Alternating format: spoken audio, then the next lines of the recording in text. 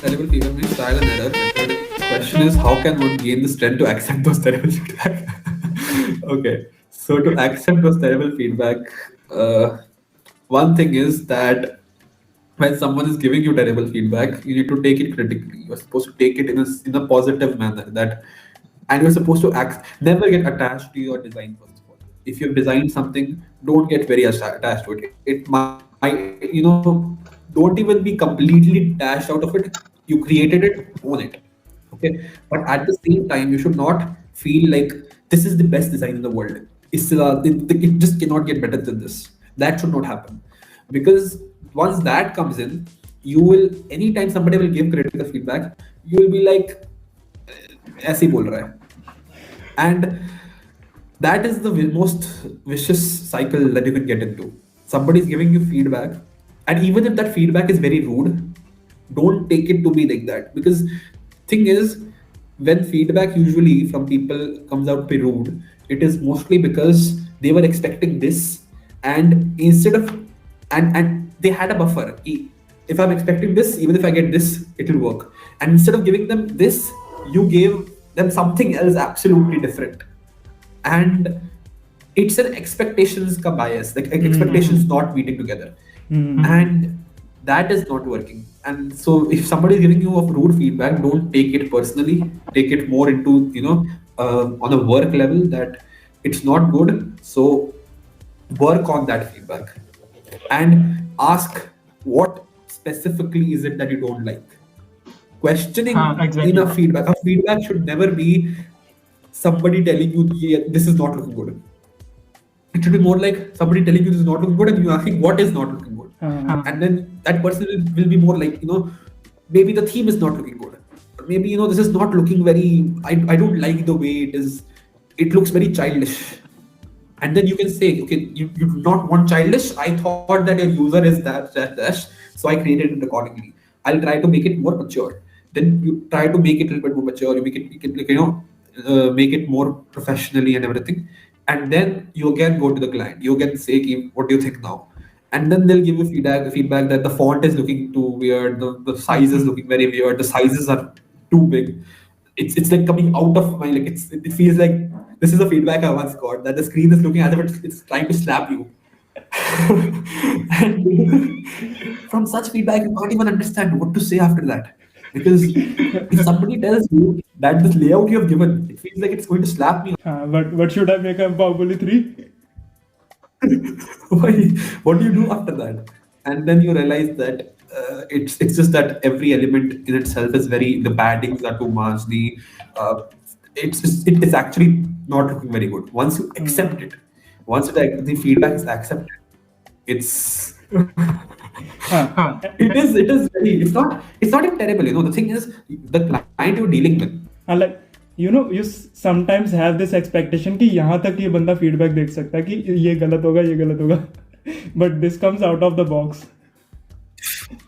Yes, and that is the thing. No, a person who is not very well versed in design, he doesn't know the specific words. उसको तो बस अच्छा नहीं लग रहा screen. For him, he just knows that this is not looking good, and he knows that it is not looking good because it's just something is not set. It's seen that UI making things beautiful, the creativity part, that is being questioned. For my feedback, I got in the sense that if somebody, there are a few features which are not clear. Okay, the UX part is not working well, and so to that I had to respond them that yes, the UX. So UX ka, you can do things. If the UX is not well, you can do a lot of things. But if UI is not good, then you will have to scratch things out, and that is something which takes much more effort. And take it as a challenge. Take it as a positive thing. So yes. And I would like to add on a thing about this कि मतलब when it comes to feedback, तो एक बिल्कुल simple फंडा है कि रगड़ा करके, जब तक ना उस मार्केट के अंदर आपको रगड़ा नहीं मिलेगा अलग अलग प्रकार का, जैसे इसने कहा ना, एक नया तरीका रिजेक्शन का. And on the same note I studied about a person who said कि मतलब the two persons were competing and they were like कि जो पहले 100 रिजेक्शंस लेगा from a girl that wins the game. And the idea behind it was to take the critical feedback as much as possible in different variety of ways. And talking about the design specific, just when you are taking a feedback, as Utkarsh said, be specific. Ask them very specifically what is the conflict that they are facing and what could be done about that. And be very specific with the elements. होता ऐसे नहीं है that a particular things is bad कि बहुत major चीज, छोटे छोटे elements होते हैं वो मिला के एक बड़ा कंपोनेंट बन जाता है. So that is how you handle harsh feedbacks, and when you are in professional world, it is inevitable to have harsh feedbacks. So by the way, Utkarsh, ever you had in this debate कि मतलब design जो होता है, like as a writer I too had this dilemma sort of, they say कि paper पे लिखो या digitalize कर दो. So is this same in the UI UX world as well, that कि paper पे ज़रूरी है लिखना and digital का अलग है? Like digital versus the paper debate. No. That is not a debate in UI UX. Nobody debates on this. Some people prefer. The thing is, it's on preference. Okay, 90%. I'll not say statistics. Okay, then it will become a debate. I'll just say that. So the way it works for me personally is that I go with paper first. Okay, I first design on paper. I have this. Things written on this. So I have this thing always next to me where it is a crossed paper. Okay, it's like a proper grade kind of thing. Okay, and the way it helps me is everything is very easy to design on this. You are not making random things, so you can calculate exactly like a 12 by 12 grade and stuff like that. And leave that aside. I personally prefer to go with paper first because it gives you an idea. When you go on Adobe, like on Adobe XD, or when you go on Figma, you get a blank screen, and it is very difficult to think from scratch. So when you go from paper and then you go to digital, you get some sort of an idea. And actually, if you think of this, if I think of it now, I actually don't go paper first. I go on Word document first. I create a document out of everything, the list of features, and then I go on paper. I design that entire thing on paper itself, and it takes hardly any time. Okay, paper part is the easiest. Uske baad, when you go into the this thing, software part, then you have, that is inevitable because you can't go and show the user that ye dekho my drawing. Give me 10,000. Yeah, so that is the thing. You have to show them a proper design. You have to show them design which works. It's not just making design. You're supposed to even connect those things. You have to make it functional, even on UI. So yeah, that is one thing. So there is no debate, no such debate. I've never heard a debate where somebody is saying कि नहीं paper में मत करो, direct इस पे करो. As a matter of fact, most UI UX developers, they use paper first and then they move forward with it. Okay, so basically they say that you are opt to break the rules but not the principles of something. So UI UX के case में भी there are any principles कि ये तो करना ही नहीं है. This is a big no, either for you or in general too. So my personal principles are that like obviously that is a true thing. Like for example, if I have to like pinpoint some things, I don't like my nav bars very big. I don't like my nav bars or app bars very long, very huge.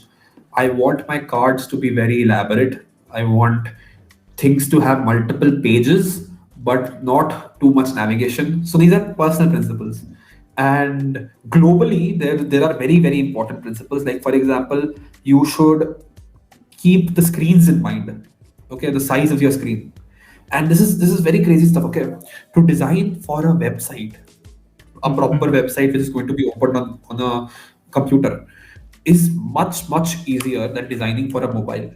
Because in mobile you have a restriction of number of pixels, and so it becomes very complicated because you have to look at all the global ways in which things work. For example, if you're making a button, okay, what is the button used for? It is used for something more interactive, as in if you click on a button, something will happen. Okay, and a link is used for when you click on that link, it will take you somewhere else. Okay, two different things. A button is bringing things to you, or is taking things away from you. Okay, a link is taking you to somewhere else. So let's say if you're creating a website, you're designing for a website, and Apple's website is a very good example for this. You have to see, if you notice that on Apple's website, this concept of links and buttons is very, very clear. Every link is a link, it's not a button. As in, it is underlined, it is blue, it's designed in certain way to look like link. Okay, so that is one thing. Second thing is users, as a user, you and me, we know certain things very well. Okay, that we know that the home button is always in the corner of something, right? We know that either the center or the leftmost thing will be your most important feature. We know that the profile section is either on the top or on things very, very clearly. And Spotify breaks a few of these rules very, very rigorously, but it is a beautiful application nevertheless, because that is what it is. Creativity, after all, is when you break a rule. And this is a very interesting thing, yes. Breaking the rule without giving that sort of disbelief की conviction रहना चाहिए कि हमने किया तो अच्छा लग रहा है. Yes, I remember writing an entire LinkedIn post on this. So if anybody wants to go there, send Ayush the post. I'll search you down. I'm increasing my impressions on LinkedIn. Of course.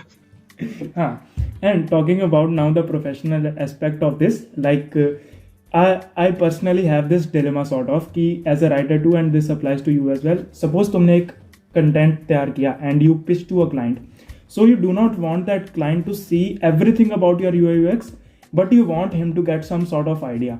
तो तुम्हारा क्या approach रहेगी to give show enough to him but not take कि मतलब वो तुम्हारा idea उठा के ले जाए, and so that the copyright maintains with you. I'll have to clarify that a little bit better. As a writer, when you're writing something, you are saying that you have to make sure that it's not something that somebody copies away. हाँ exactly. Suppose यहाँ पे कोई Nobel idea है तुम्हारा, even if in the UI part of something, कि तुमने सोचा कि अच्छा ये चीज़ मैंने क्रिएट करी है. So if you show to a person it is great, but eventually he just copies your idea into his own, under his own belt. So what is your approach कि मैं उसको सिर्फ इतना दिखाऊं कि मैं पिच करके उसके अंदर इंट्रूगनेस डाल दूं और मेरा काम ना वेस्ट जाए. I have personally never had that thought. I'll be very honest. First of all, novel idea is something I don't believe in. I am an entrepreneur who's working on an idea which is very huge. And I see competition in my market. And once you realize that, ideas are not novel. Really. They are very easy to be replicated, or you can say it is very easy to reach the same conclusion, which you might think is very novel because it came to your mind. It is very easy for somebody else to also think of it. So first thing is that. Second thing is that I personally believe that once you've created something, when I do it personally, if I've created something and I've given it to my client, it is in my portfolio now. Not only the project is in my portfolio, but the things that I learned from that project is also in my portfolio now. So usually the way it works is, freelance at least, I get most of my payment upfront. And that is a must. If you're doing freelance, get at least 40 to 60% of our payment upfront. Uske baad, once you give the product, after that, if they deny giving money, there's very little you can actually do. You need to make sure the client is authentic. So that is all things you're supposed to think of first initially before getting client. But about the novelty wala thing, I don't see a client, who is going to steal your idea in UI UX. In writing, it might be happening, but because in UI UX, what happens is you have put a lot of things into it. You are giving a screen, the output of it. Input is with you only. You are not giving the input screens. Okay, so like for example in Figma, there are two different things. One is where you sketch, you create the entire sketch, and the other is the screen, the output. So I personally only give the output. I don't give the input unless I'm 100% paid. So it's just, once you dive into the profession, you will get the ideas of things very easily. But on the entrepreneurship side of it, so those who don't know that I'm also part of this Utkarsh startup. So just a hypothetical situation that I study your whole Madoc idea and I just copy that same idea into my premise. So, what is something that you do to prevent that from happening? You cannot prevent that from happening. There is absolutely zero way for you to prevent that. You are taking a huge risk. So if somebody else is also willing to take a huge risk, go ahead, take that huge risk. You can copy my product. Players are high, no doubt. But you still be one step behind me. First thing. Second thing is you can copy everything, but you cannot copy the things that I'll do moving forward and the vision that I have for my company. And that is second. Number three, the risk that we have in this business at least. And I'll tell you this very honest, okay? I know exactly, I can pinpoint once we get into the market and everything, I know exactly who all are going to copy the product. Okay. So I have 24 hours in a day. I can put that into creating the best product possible for my users, for my customers, or I could worry about competition, and I can worry about the fact that people are going to copy it and huge corporations are going to copy it. So I am very convicted of that. कि तो होना ही है. So I don't think of it very much. That makes sense. Like basically anyone can copy your product, part of that, but जो vision, जो aspiration तुम्हारा आगे long term है उस चीज के साथ, that could not be copied in any sense. अच्छा वैसे कलर थ्योरी का कितना रोल रहता है इन studying the UI components of UI UX design?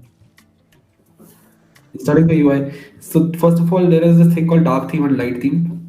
You'll have to study both those things together, okay? And color theory है पूरा. That is 100% color theory. Because the thing is, in dark theme, above black color or shades of black color, which shade of black will you choose, and how will you complement it with different colors? Because we all think naturally in light theme, okay? So designing on light theme is very easy. Designing for dark theme can get a little bit more complicated. So first of all, you have to understand themes. Uske baad you'll have to understand how appealing it looks. Okay, that goes without saying. In the end, it is design. So color theory is important. And अच्छा, on the same note, do you feel this as a designer too कि मतलब आजकल लोग shift हो रहे हैं towards the dark theme? Like if you take 5 years back, light theme was the dominating factor, but आजकल मैं देखता हूँ that dark theme is sort of transitioning into the main theme. I actually kind of disagree with that. You know, people are trying to shift to dark theme and everything, and everything is not supposed to be in dark theme. An application in dark theme is something which is understood. A social media being in dark theme is understood. But an application which is not going to be used as often, it is better to design it in light theme. Because of one small reason, that it is easier, it is less costly, it looks good. Light themes look very good, by the way, if you think of it. Dark themes may you can get certain elements out, you can pull things and everything, but in light theme, think of all these landing pages, okay? Don't just think about applications. Think also about all, because as a UI UX designer, I'm not just talking about mobile applications. No, I'm talking about all kinds of designs. I'm not saying that mobile applications, dark theme is the predominant thing. I will agree to that. But when you're talking about websites and all, light theme is still very predominant because it looks, you can do a lot of things with colors. It's a white canvas. Darker colors also look good, lighter colors also look good. So if you're designing, say, a landing page, I usually prefer to go with light theme unless it's a landing page of a tech company or a landing page of a company which has its application completely in dark theme, or it is of something like that. Similarly, also same way, if you're designing for a software, for a utility software, okay, you usually don't go with light theme. Let's say for accounting softwares, going into dark theme for accounting softwares can be a little a wrong move in some senses. Because when you do too much text, exactly, and it's not also about fishiness. It's also about the fact that text, black on white, is much easier for our eyes versus white on black. So that is also one more thing. What you do for that to protect your eyes and everything, what a lot of designers do, they don't go for white. They don't go with the hex code FFFF. They instead go with something a little bit off white. And personally, if you are a designer, if you have any graphic design, we hardly use the 0000 and the FFFFF hex codes. That makes sense. And now this question is not from just the UI UX designer Utkarsh, but from an entrepreneur too. How not to pitch to anybody?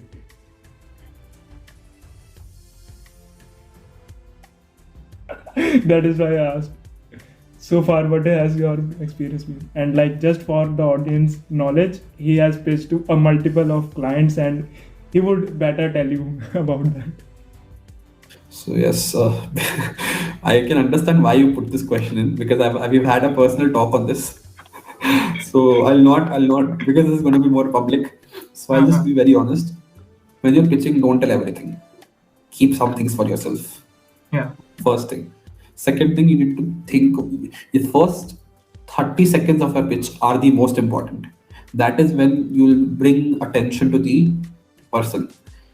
Next thing is you need to look at that person, the people. If there are multiple people, say, you have to maintain that eye contact. You're supposed to read those people. Okay. If somebody is losing interest, pinpoint that person. Bring that person on the table back. It is a performance. Every pitch is a performance. I once had a pitch with 7-8 people, and in that, it is very difficult to maintain the interest of all 7 people together. And especially if we are a health IT company, and say, I don't know who those 7 people are. Okay, it was a competition, pitching battle or something. So if there were 7 people in front of me in the panel, and I don't know if that person is actually interested in health IT companies. He might just be interested in agri-tech. He might just be interested in only fintech. So even to raise his interest is a question. But for my end, I have to keep 100%. So it is so whenever somebody would lose interest, I would just pinpoint that person and be like, sir, let's say you are the doctor and you are the person who's using our product. And then I move with that. Don't keep language as a barrier.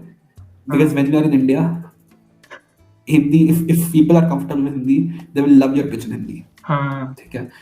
And if you are talking to, but by default you keep things in English because you don't know if that person is actually comfortable or not in Hindi. But if you know that person's background, it gets easier. Third thing is, one thing which always helps when you're pitching is to know the person you're pitching to. Say and I do this every time, I do a background check on everybody before I go into the room. And most of the times you get some data, sometimes you don't get data. And it helps in certain ways, because then you know that this person has invested in fintech companies a lot. And because he has invested in fintech companies, I will bring the fintech part of my talk out.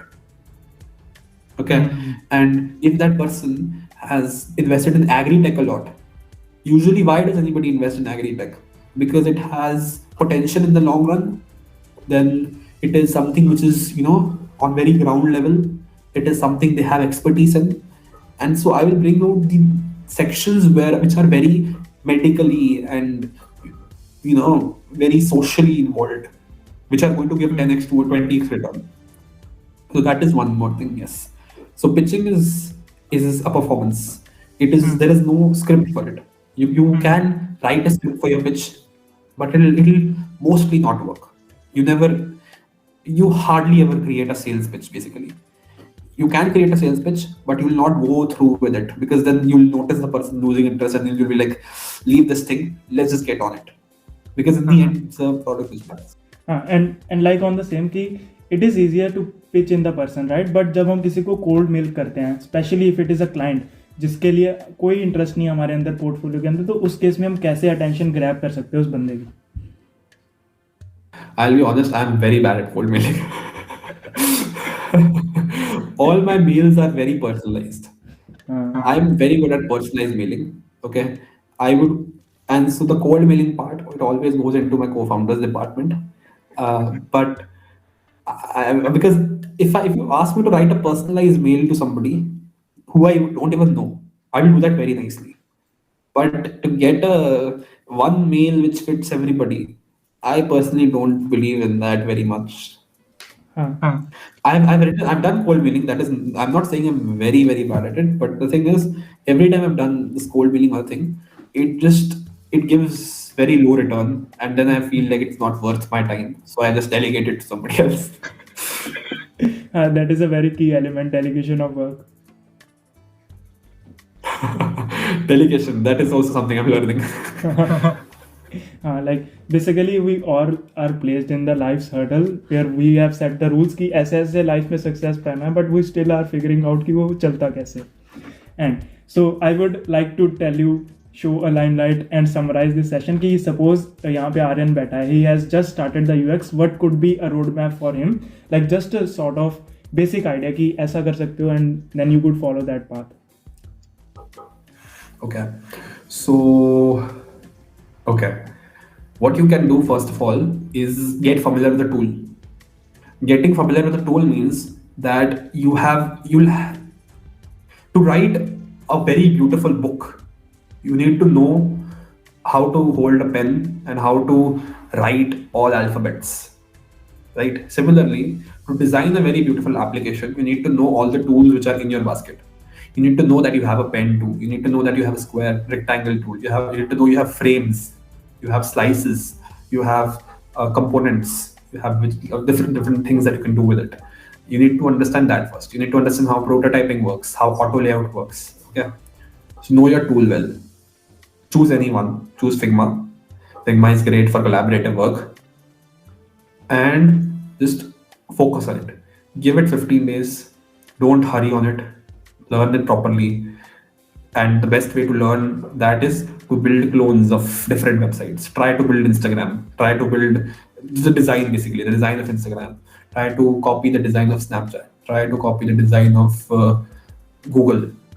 And in this entire section, this entire interview, whatever podcast, we have not talked about Google, and it is such a thing that if you look at Google has changed its UI so many times, and it is marvelous how they do it every single time. Recently, they changed that their entire search bar wala thing itself.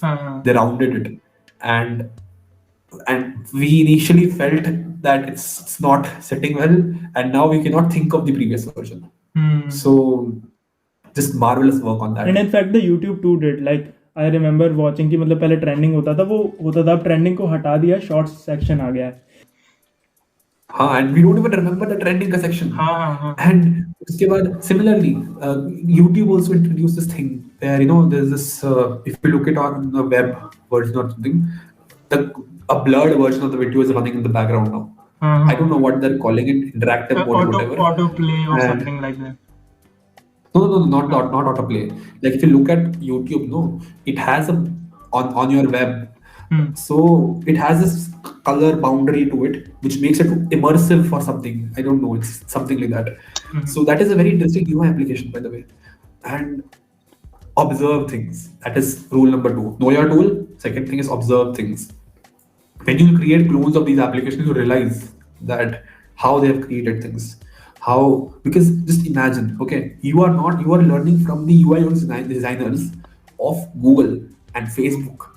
When you are copying those applications, you are learning from their work, and so you are getting a lot of insights on that.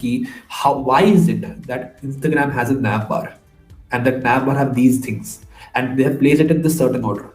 Why does Google have a nav bar? Google, the only thing you do on Google is you open Google and you search, but there is news under it. There is an entire nav bar under it, which we don't even observe. And because we don't observe it, it is a very, very small nav bar versus a YouTube, versus an Instagram or a YouTube nav bar. Okay. Similarly, your profile section is on the top in Google. On Instagram, it is on the bottom, right? So there are things, because personally, Google does not want that. It should not be something very highly accessible, right? Because you don't usually click on your profile a lot. Then there are a lot of things. You need to understand what can be the possible logics of it. You need to get one more advice would be get somebody to talk to when you are learning these things. Don't do it alone. It get very monotonous, boring. You'll end up creating a lot of personal biases which you would not want in your moving forward. So that is one more thing. Yes, And practice most importantly. That was a great insights, I hope, for everyone whoever watches this session in whatever way. And like before we sum up this session, I would like you to introduce something about the Madoc, and in case they have this curiosity in this session.